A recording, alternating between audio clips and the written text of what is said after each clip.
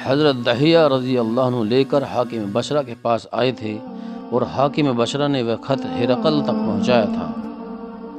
اس خط میں یہ مضمون تھا: بسم اللہ الرحمن الرحیم، اللہ کے رسول محمد بن عبداللہ کی طرف سے ہرقل کے نام، جو روم کا بڑا ہے، اس پر سلامتی ہو جس نے ہدایت کو اختیار کیا۔ اما بعد، میں تم کو اسلام کی دعوت دیتا ہوں، مسلمان ہو جاؤ، سلامتی پالو گے اور اللہ تعالیٰ تم کو دگنا اجر عطا فرمائیں گے۔ اور اگر تم نے اسلام سے منہ پھیرا تو تمہاری رعایا کا گناہ بھی تم پر ہوگا۔ اور اے اہل کتاب، آؤ اس کلمے کی طرف جو ہمارے اور تمہارے بیچ برابر ہے،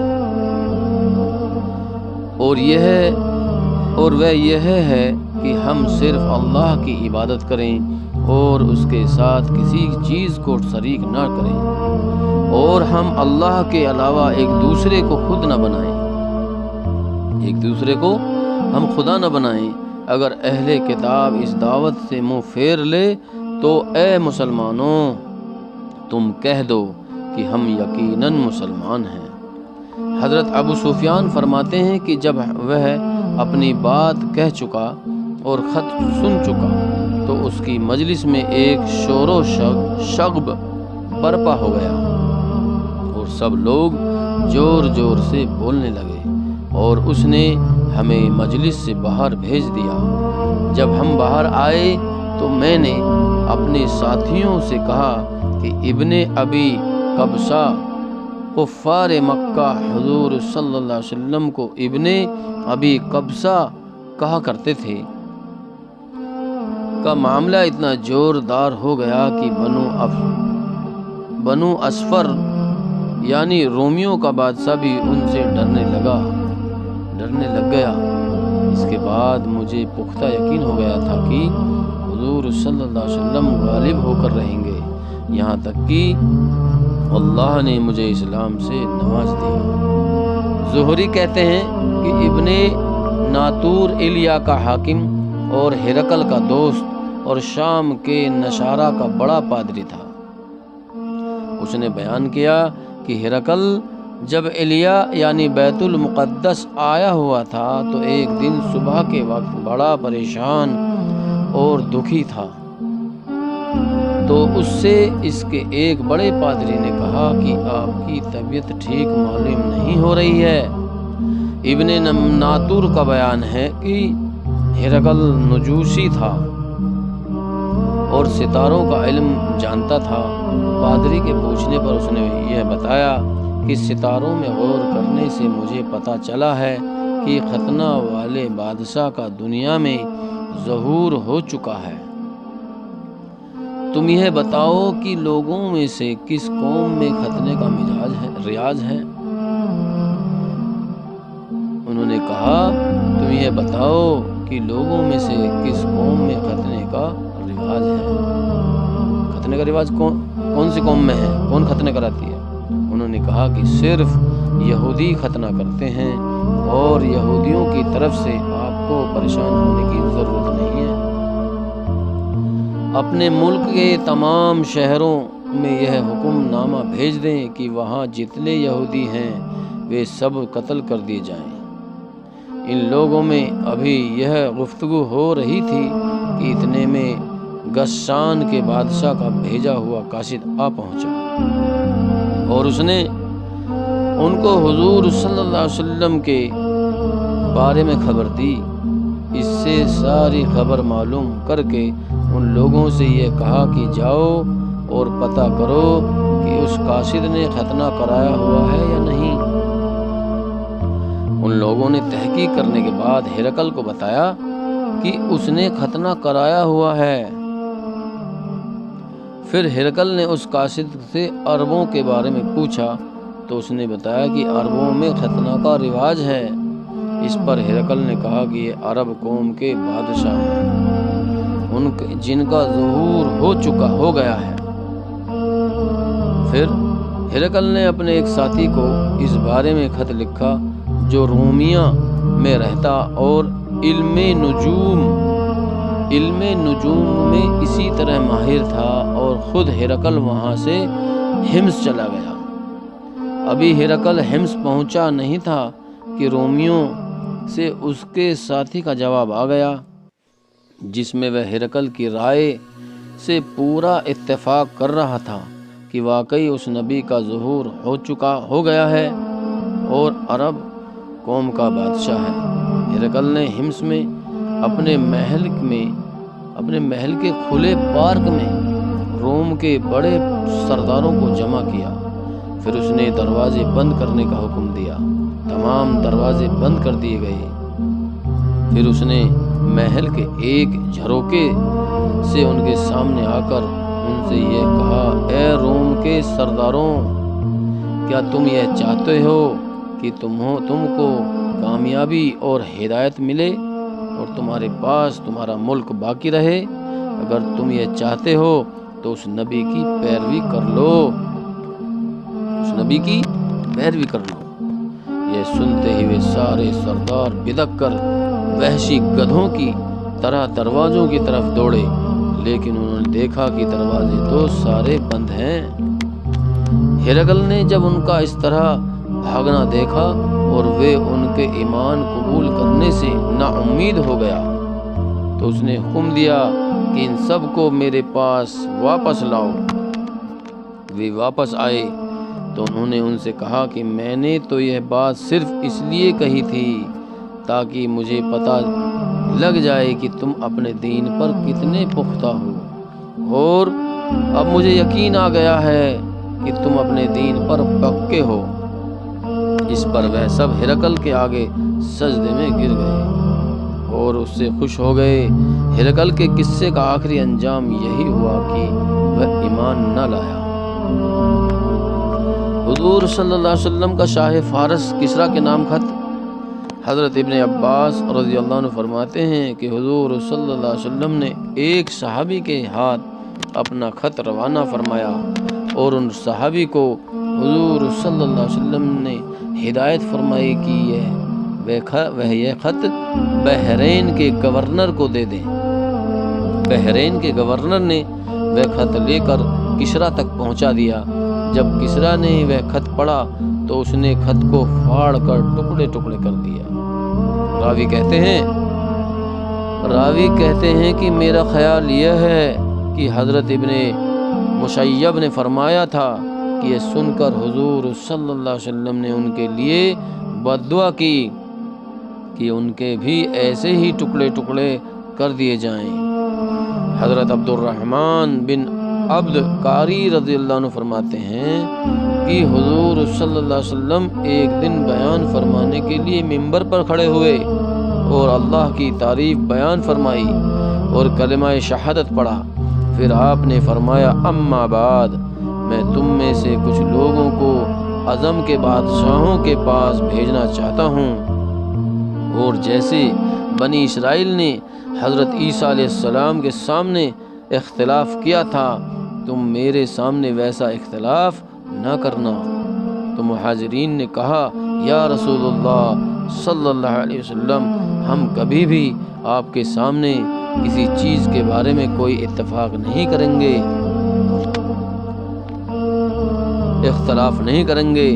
آپ ہمیں جو چاہے حکم دیں اور جہاں چاہے بھیج دیں۔ آپ صلی اللہ علیہ وسلم نے حضرت شجاع بن وہب رضی اللہ عنہ کو کسریٰ کی طرف روانہ کیا۔ حضرت شجاع کے آنے پر کسریٰ نے اپنے محل کے سجانے کا حکم دیا۔ اس کے بعد اس نے فارس کے بڑے بڑے سرداروں کو جمع کر کے حضرت شجاع بن وہب کو بلایا۔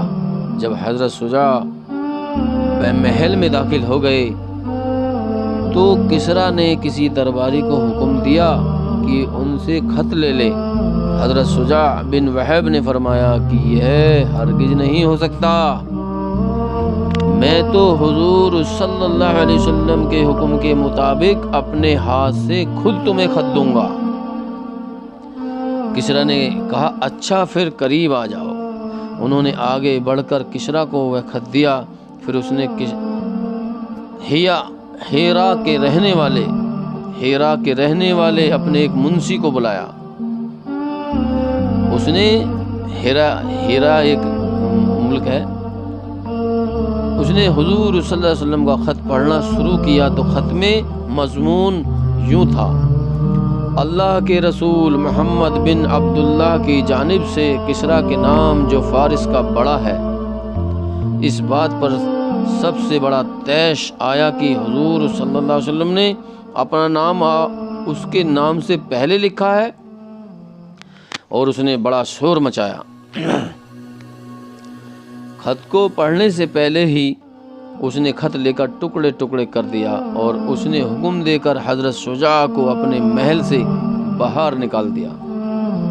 حضرت شجاع یہ منظر دیکھ کر اپنی سواری پر بیٹھ کر چل دیے اور فرمایا کہ میں نے حضور صلی اللہ علیہ وسلم کا خط کسریٰ کو پہنچا دیا ہے، اب مجھے کوئی پرواہ نہیں ہے، چاہے وہ خوش ہو چاہے وہ ناراض ہو۔ راوی کہتے ہیں کہ جب کسریٰ کا غصہ ٹھنڈا ہو گیا تو اس نے حضرت شجاع کو اپنے پاس بلانے کے لیے ایک آدمی بھیجا۔ حضرت شجاع روانہ ہو چکے تھے، اس لیے وہاں نہ ملے۔ وہ آدمی تلاش میں ہیرا تک گیا، لیکن حضرت شجاع وہاں سے بھی آگے نکل چکے تھے۔ حضرت شجاع نے حضور صلی اللہ علیہ وسلم کی خدمت میں پہنچ کر ساری کارگزاری سنائی اور یہ بتایا کہ کسریٰ نے حضور صلی اللہ علیہ وسلم کے خط کے ٹکڑے ٹکڑے کر دیے۔ آپ صلی اللہ علیہ وسلم نے فرمایا، کسریٰ نے تو اپنے ملک کو ٹکڑے ٹکڑے کر دیا۔ اب حضرت ابو سلمہ بن عبد الرحمن رضی اللہ عنہ فرماتے ہیں کہ جب حضور صلی اللہ علیہ وسلم کا خط کسریٰ کے پاس پہنچا اور اس نے پڑھ کر اسے پھاڑ ڈالا تو اس نے اپنے یمن کے گورنر بازان کو خط لکھا کہ اپنے پاس سے 2 مضبوط قسم کے آدمی حجاز کے اس خط لکھنے والے آدمی کے پاس بھیج دو تاکہ وہ اسے پکڑ کر میرے پاس لے آئے۔ چنانچہ اس نے کسریٰ کے خط کی وجہ سے اپنے داروغہ کے ساتھ جد ضمیرہ نامی فارسی آدمی کو بھیجا۔ اس داروغہ کا نام ابا نوح تھا، وہ منشی اور بڑا حساب کا جاننے والا تھا، اور اس نے ان دونوں کے ساتھ حضور صلی اللہ علیہ وسلم کے نام ایک خط بھیجا جس میں یہ مضمون تھا کہ حضور صلی اللہ علیہ وسلم ان دونوں کی ہمراہی میں کسریٰ کے پاس چلے جائیں، اور یمن کے گورنر نے اپنے داروغہ سے کہا کہ ان کی یعنی حضور صلی اللہ علیہ وسلم کی تمام چیزوں کو غور سے دیکھنا اور ان سے خوب بات چیت کرنا اور ان کے تمام حالات اچھی طرح معلوم کر کے آنا اور سب مجھے بتانا۔ وہ دونوں یمن سے چلے اور طائف پہنچے۔ وہاں ان دونوں کو قریش کے چند تاجر ملے۔ انہوں نے تاجروں سے حضور صلی اللہ علیہ وسلم کے بارے میں معلوم کیا تو ان تاجروں نے بتایا کہ حضور صلی اللہ علیہ وسلم یثرب میں یعنی مدینے میں ہے۔ حضور صلی اللہ علیہ وسلم کو کسریٰ کے پاس لے جانے کے لیے ان 2 سپاہیوں کے آنے سے وہ تاجر بڑے خوش ہوئے اور کہنے لگے کہ اب تو حضور صلی اللہ علیہ وسلم کے مقابلے میں کسریٰ کھڑا ہو گیا ہے، لہذا اب حضور صلی اللہ علیہ وسلم سے نپٹنے کے لیے تمہیں کچھ کرنے کی ضرورت نہیں ہے۔ وہ دونوں وہاں سے چلے آئے یہاں تک کہ مدینہ گئے، اور ابا نوح نے حضور صلی اللہ علیہ وسلم سے کہا، کسریٰ نے یمن کے گورنر بازان کو خط بھیجا کہ وہ بازان آپ کے پاس چند سپاہیوں کو بھیج دے جو آپ کو کسریٰ کے پاس پہنچا دے۔ بازان نے ہمیں اسی غرض سے بھیجا ہے تاکہ آپ ہمارے ساتھ کسریٰ کے پاس چلیں۔ حضور صلی اللہ علیہ وسلم نے فرمایا، اب تو تم دونوں واپس چلے جاؤ، کل میرے پاس آنا۔ جب اگلے دن صبح کو وہ دونوں حضور صلی اللہ علیہ وسلم کے پاس آئے تو حضور صلی اللہ علیہ وسلم نے ان کو بتایا کہ اللہ نے فلاں مہینے کی فلاں رات میں کسریٰ پر اس کے بیٹے شیروے کو مسلط کر دیا، جس نے اسے قتل کر کے حکومت پر قبضہ کر لیا ہے۔ ان دونوں نے کہا کیا آپ سوچ سمجھ کر بول رہے ہیں؟ کیا آپ سوچ سمجھ کر بول رہے ہو؟ کیا یہ بات ہم باذان کو لکھ دیں؟ آپ نے فرمایا ہاں لکھ دو، اور اس کو یہ بھی کہہ دینا کہ اگر وہ مسلمان ہو جائے گا تو جتنا علاقہ اس کے قبضے میں ہے سب اسے ہی دے دوں گا۔ پھر آپ نے جد ضمیرہ کو ایک پٹکا دیا جو آپ کو ہدیے میں ملا تھا، اور اس میں سونا چاندی تھا۔ ان دونوں نے یمن واپس آ کر باذان کو ساری بات بتائی۔ باذان نے کہا کہ اللہ کی قسم یہ کسی بادشاہ کا کلام نہیں معلوم ہوتا ہے، اور جو کچھ انہوں نے کہا ہے ہم اس کی تحقیق کر لیتے ہیں۔ کچھ ہی عرصے کے بعد باذان کے پاس شیروے کا خط آیا جس میں لکھا ہوا تھا کہ میں نے اہل فارس کی حمایت کے لیے غصے میں آ کر کسریٰ کو قتل کر دیا ہے، کیونکہ وہ اہل فارس کے شریفوں کو بلا وجہ قتل کرنے کو اپنے لیے رخصت سمجھتا تھا۔ کیونکہ اہل فارس جو کہ شریف لوگوں کو وہ مارنا اور قتل کرنا چاہ رہا تھا، تو اس بات کو وہ کسریٰ بالکل درست سمجھتا تھا۔ اپنے علاقے کے تمام لوگوں سے میری اطاعت کا عہد لے لو، اور جس آدمی یعنی حضور صلی اللہ علیہ وسلم کی گرفتاری کا کسریٰ نے تمہیں خط لکھا تھا، اب اس آدمی کو کچھ نہ کہو۔ جب باذان نے شیروے کا خط پڑھا تو اس نے کہا کہ یہ آدمی یعنی حضور صلی اللہ علیہ وسلم تو یقیناً اللہ کے بھیجے ہوئے نبی ہیں، اور وہ بھی مسلمان ہو گیا، اور یمن میں جتنے فارسی شہزادے رہتے تھے وہ بھی مسلمان ہو گئے۔ محترم بزرگوں، دوستو، اللہ کا دین ایسے ہی نہیں پھیلا، بڑی بڑی مشقت کرنی پڑی ہیں، اٹھانی پڑی ہیں بھائی۔ پیارے نبی کو بہت ستایا گیا، دیکھ لو کیسے کیسے دین کی خاطر کیا کیا کرنا پڑا، کتنے خط بھیجے، کتنے خط پھاڑے، کسی نے قبول کر لیا، کسی نے پھاڑ دیا۔ محترم بزرگوں، دوستو، یہ دین ہمیں بنا بنایا مل گیا، ہمیں اس کی محنت کرنے کی میں کوشش نہیں کری ہم نے۔ کل ہم جب اللہ کے سامنے پیش ہوں گے تو صحابہ رضی اللہ عنہم اجمعین سارے کے سارے ہمیں پکڑ لیں گے، ہمارا دامن، کہ بتاؤ اس دین کی خاطر ہم نے کیا کیا کرا، تم نے کیا کرا۔ ہمارے پاس کیا جواب ہوگا میرے بھائیوں؟ ہمارے پاس کچھ جواب نہیں ہوگا۔ اللہ تعالیٰ پوچھیں گے، سب پوچھیں گے، جوانی دی تھی کس کام میں لگائی، پیسہ دیا تھا، مال دولت دیا تھا، کہاں لگایا۔ محترم بزرگوں، دوستو، طاقت دی تھی، کہاں لگائی۔ سب بھائیوں سے گزارش ہے کہ اللہ کے دین کے کام کرو، مسجد کے مشورے سے جڑو اور گشت کراؤ۔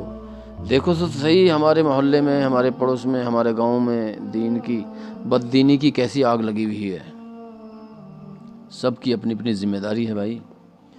اللہ تعالیٰ عمل کرنے کی توفیق عطا فرمائے، آمین۔